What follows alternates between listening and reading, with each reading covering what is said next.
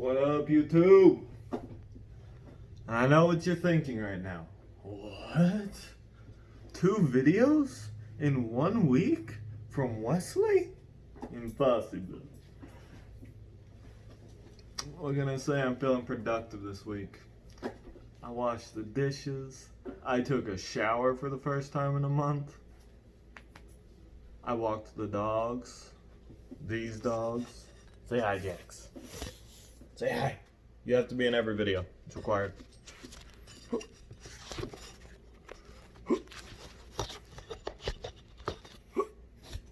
Okay, I got it. And that was a joke, by the way. It hasn't been 2 months. It's only been like 2 weeks, maybe.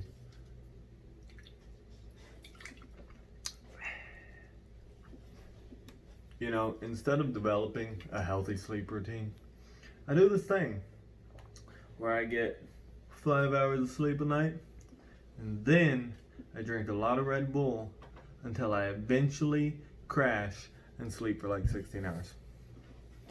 I don't know about y'all, I can't really function on 5 hours of sleep a night. I need like at least 7, preferably 8. Anyway, today's video is a book review for Neil Gaiman's American Gods, which I just finished today for the second time, actually. I listened to it on Audible, and just a little review asterisk note. This is the author's preferred edition, the 10th anniversary edition. He refers to it as a couple different things. I don't remember exactly what the official title is, but it's longer than the original published American Gods. It has a few things that were taken out during editing and things like that. And also it's a full cast production, which is kind of cool. It has different voices for every character. That was pretty neat. Neil Gaiman is an author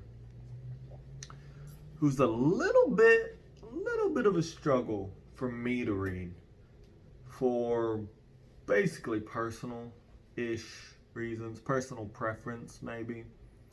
I have a strong disgust reaction, okay? And that applies to not only like gross things and Gaiman can be quite macabre. He can be quite gross in some of his writing, but also to just like certain actions I find disgusting. And the reaction is pretty strong. And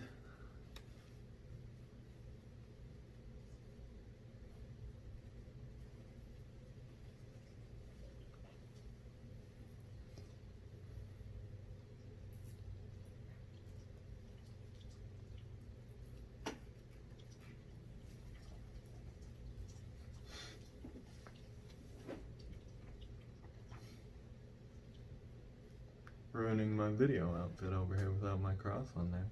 My mother got this for me. Thank you, Mom. By the way, I dressed up nice for this video, yeah? But only from the waist up, baby.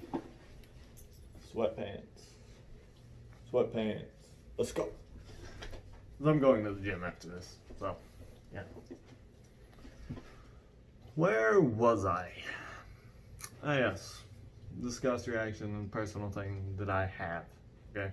The beginning of American Gods is hard for me to make it through.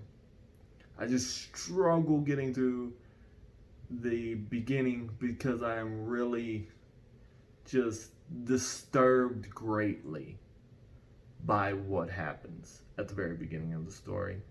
And throughout maybe the first fifth of the book, quarter of the book, something like that, I have attempted to reread American Gods before, actually, or re-listen, and utterly failed because I was like, nope, can't do it, not doing it today, no thank you.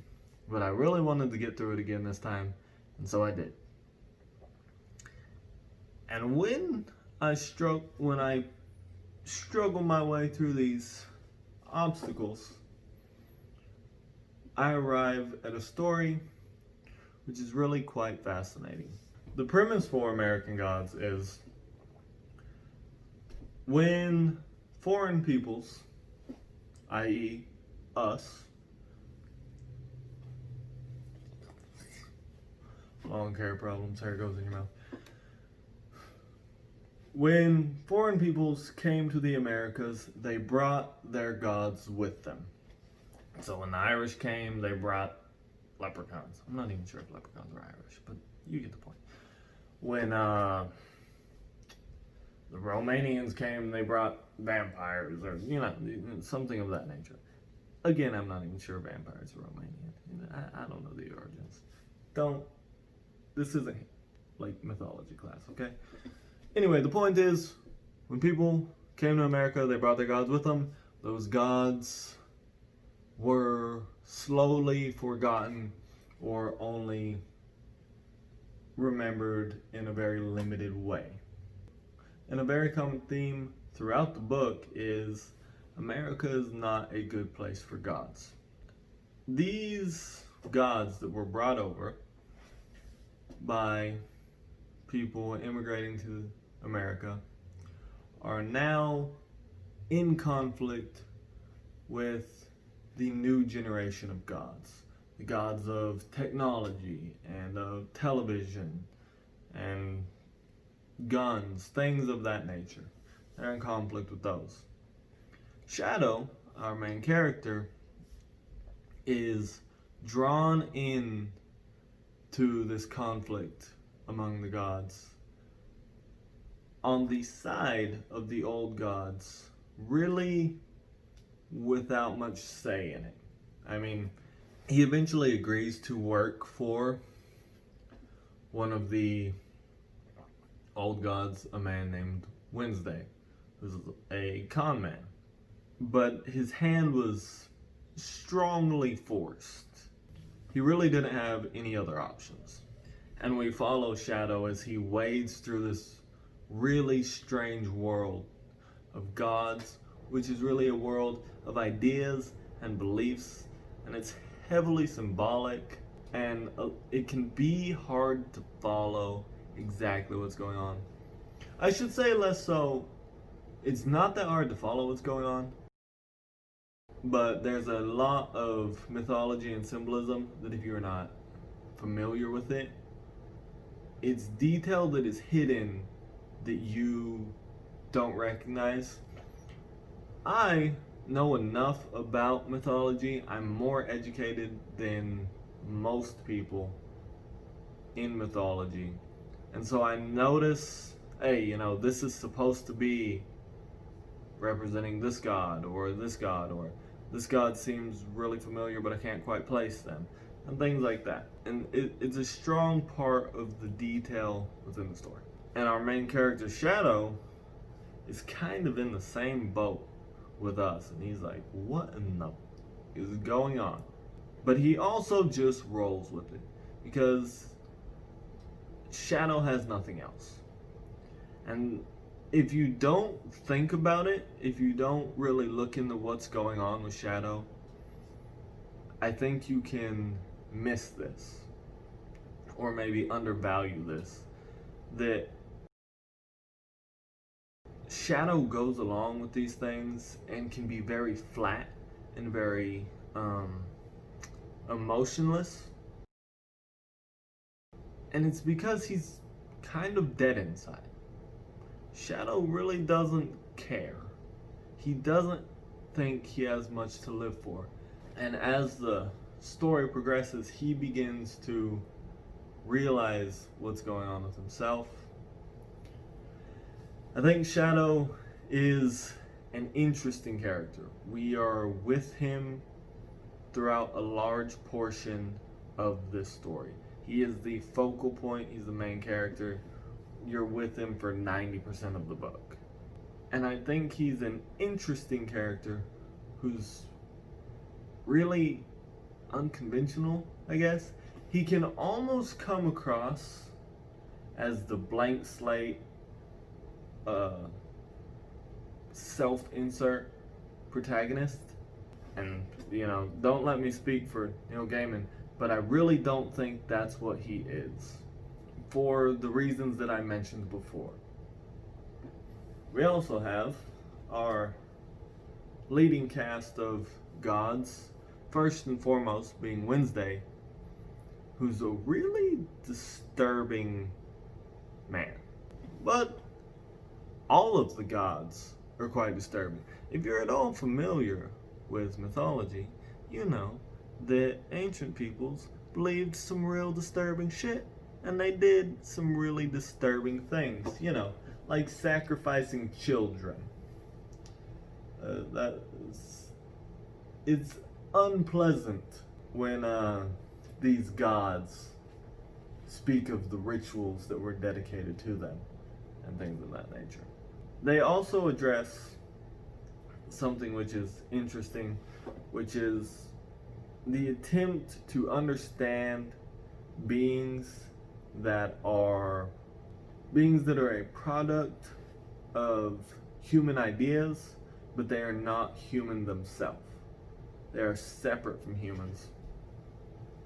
And in my Lovecraft video, which I released earlier this week, I talked about how there are beings within his works which are completely alien to human understanding. The gods are somewhat like that, but also very understandable because their root is humanity. And because we spend the most time with Wednesday out of the gods, and because of the role Wednesday plays within the story, he is one of the most unsettling gods to me. And while he's certainly not someone who I would want to be friends with or respect at all, really, I think Gaiman did excellent work making the gods both representations of human ideas and human thoughts, while keeping them as beings which are quite different from people. Speaking of beings which are quite different from people, there is also someone within the story who is dead. But they're back from the dead. But they're still dead. And they are a person who has had part of their humanity turned off, sort of. They'll say things and then realize that hurts someone, and they're like, oh, I don't think I should have said that. That was not a good thing to say, was it? Sorry. I'm dead. It doesn't really matter to me. That's how it comes across, They didn't want to hurt the person, was what they did, but because they're dead and their values have shifted because of their death, they don't fully understand what's appropriate to tell humans, living people.